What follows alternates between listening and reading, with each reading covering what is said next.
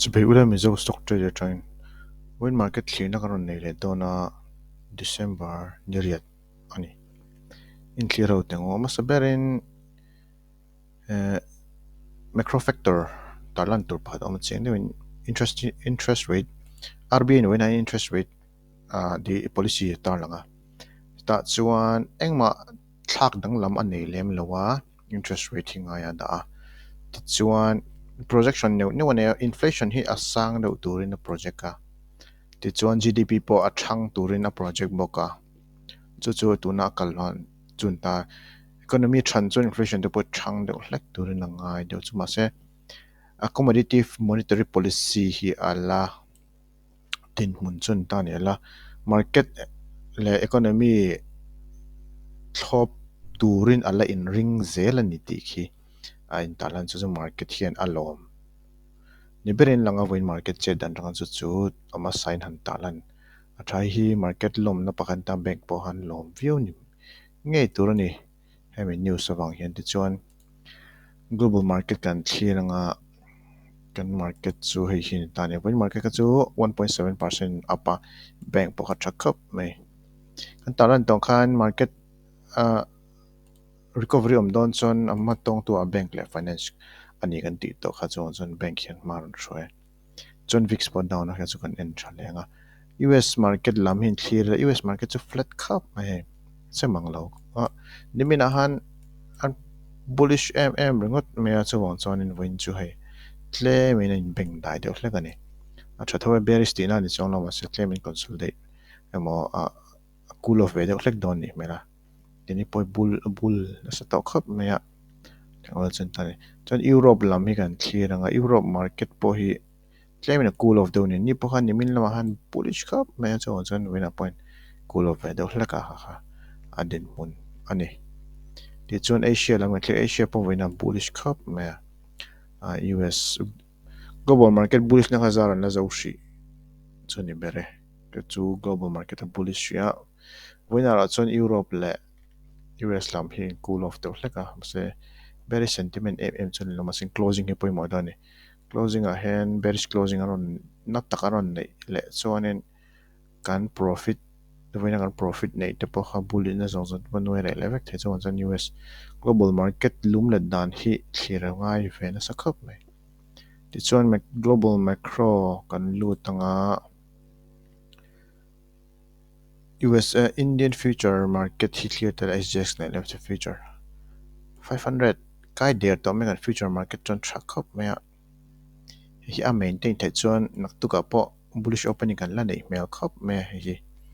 bullish khap me chuan VIX po down khap me hi 6% line drop a po kha khap me ti chuan ma second US Indian rupee ro ala sang wa khap me hi thalem lo ti chuan ma second future market tang chuan naktuk po hi tia closing an chuan naktuk po hi kan bullish mal taweng US market positive closing an page chuan kan naktu a point bullish opening chu kan la nei mel khap mai ti kha masain a thathiam taila so sector voin sector kha eng nge market khan nor kal han thlir tengo PSU bank nia auto IT bank poimo khop mai PSU bank ang chu nifty bank an seng lut taila talan tong khan a bank le finance ho hi a patong an omangai chu masaber chon IT ron recover thakap me auto nen metal poron recover boka sector tla lawa performance thakap me join bullish sentiment chu anna angreng khop me voin kha chu lan dana ni ti chuan large cap ho kan enanga inge market norkal khoi stock ho inge market norkal tletengo Bajaj Finance ania SBI Bajaj Finser Bajaj step patni chanewan ngai da na khome bank ho SBI ICICI Dasin Bank HDFC Bank po 1% on up loi mai bank ho chun thade ufekani he ti chun Reliance po 1% lai ron move poka maron shuai 1% de 1% chunglam hi entire 1% chunglam ho stock ho hi langsar de TCS move HDFC move Axis Bank Wipro 1% chung lam ani deuh thiau hlawm mai a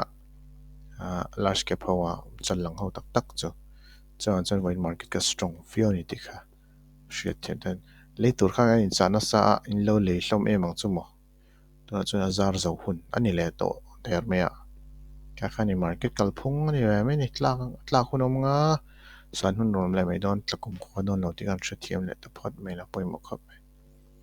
ti chuan open interest a kan lu tang open interest kan lu mai FI le DI data kan enanga voina eng hoin nge market support DII chuan hral le thawa ma se FI chuan hral le thawa DI hoin market chuan support to khop mai 11 crore vel 1000 crore vel in market and support and chokop mai so DFI chu an la nuar chhun zom zela chuwang chuanin la lei laman la tran la la do mi lawa na kum lama tang chau hian lei don nge mani chu ting vel chuan clear tai la poimo khop mai so DII ho hian market la support zela DII ho market support dana hi chuan ani chu an rinom thoma se an tlo thin lo DII ho chu chuan tlo tura chuan FI hin an kan mamo si chuan FII ho chet hun a hian market hi a stable le zual tura ngai la chuan FII ho in buying activity an nei lo hi kan track ve deuh zel ngai ni chuan DII ho in market la support ta FII ho in le hun to enon tin chuan on le hun chuan DII ho in low profit and low book ve le thunga chu ting ve chuan ta ni chuan DII ho market support tra khop mai chiang khop mai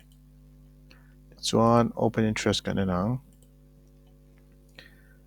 option open interest atanga lan dan chuan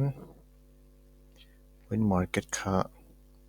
short covering chu om deuh bakah chuan 17,500 zon resistance chu la om don chu ang khop mai la khau that mai khop mai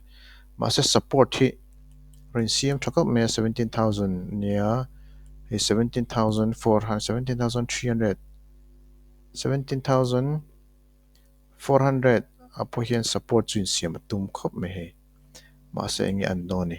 17,300 point support in siam tuma support hi in bank bel tum khop mai he point monthly a khan 17,500 support ka strong kan ti to han ye so weekly point he base atanga siam vele don ta se resistance 17,500 hi resistance so ani don nak to ka hian eng tin nge chet don ta tangin selling hi om don nge don lo kan shele don ni nak tu khin khong le phot se US market te bearish view chuan hi chu strong resistance ani thei vi ona se US market te bullish view chuan future market te bullish view chuan hi sutlanga short covering ta tang hian om chuan chhole zel thei pokani ti kha thra thiam ta la PCR data hi enina bullish sentiment bullish data chu om to boka bank nifty lawan thliranga bank nifty lawan point short covering oma chen kham mai chuan support hi 3700 in strong support in siamatuma chuan support hi oma resistance hi 375 a hian oma tum ang khop me naktu ga hian a test tura chun ngei lai resistance area chun don ta 38,000 in strong resistance tura chun ngai ta la ding wa chun ta naktu ka hian test anga he po hi bullish opening ala nei zel chun ta tangin short covering oma ta point short covering om chun chole zel thei bokani chun bearish side ani chun ta resistance hi an exit level chun in bearish le mai don ta ni chu kalphung pakhat hani la ta masa PCR data tang chuan bullish sentiment chun na le to khom me sentiment chani future ani la future tang hian nge an no ni nifty future data tang chuan buying oma bullish sentiment om boka bank nifty tang po hian enta ila bank nifty point buying om ni bullish sentiment chu a nung thavio hrie tuna ri chuan technical an lutang nifty technical atanga lan dan chuan 35,000 hi resistance area tur chun ni chiang dana 17 katina 175 area hi resistance tur chun ni don nak tu kain test arin om khop mai nak tu ka test anga hi a maintain thei chuan chatnu lam thlenga maintain thei chuan in upside hi chu kan la pan zel thei ni ti kan thithim tan ani pon tain tu hen a chawal hadam ve thei to bok renga tlatang hian consolidate bok an ma chon the chho tha to view boka resistance area consolidate thei view boka ni ti khan tha thiam ta la chu poimo khop me indication tang chuan technical indicator so tang chuan in bullish lam chu ron on hlom khop me chon trend line chung om le to bokai hi support tang bounce sa chuan resistance ni hemi range a hian tal vele ton nge mani ti te po zona om thei view ni chun 1 hour kan enanga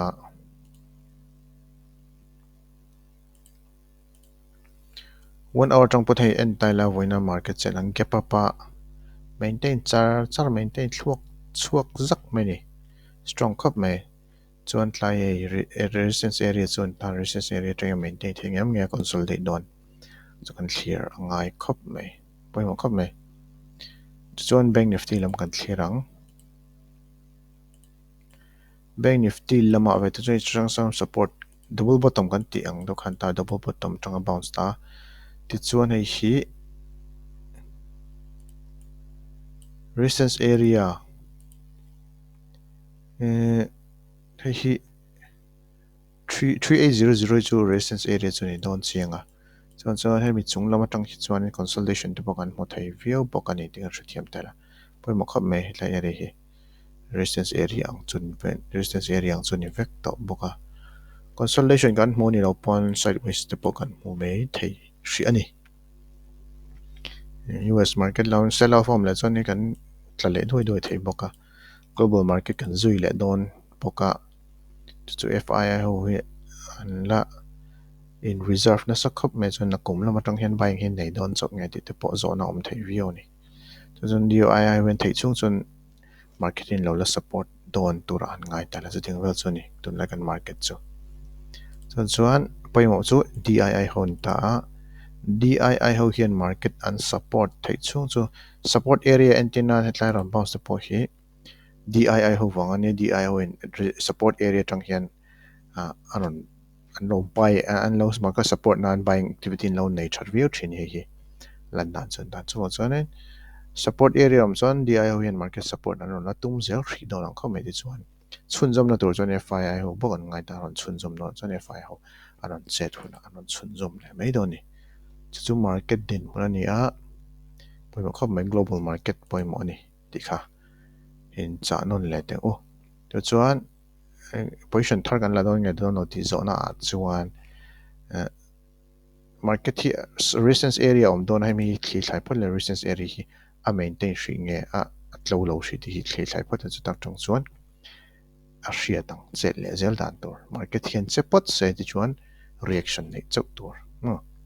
ole khati zong kha tun chu market kan thlian na chu nia mi lo follow la hai tha hian ron nei zel kan tum no ni kan lo me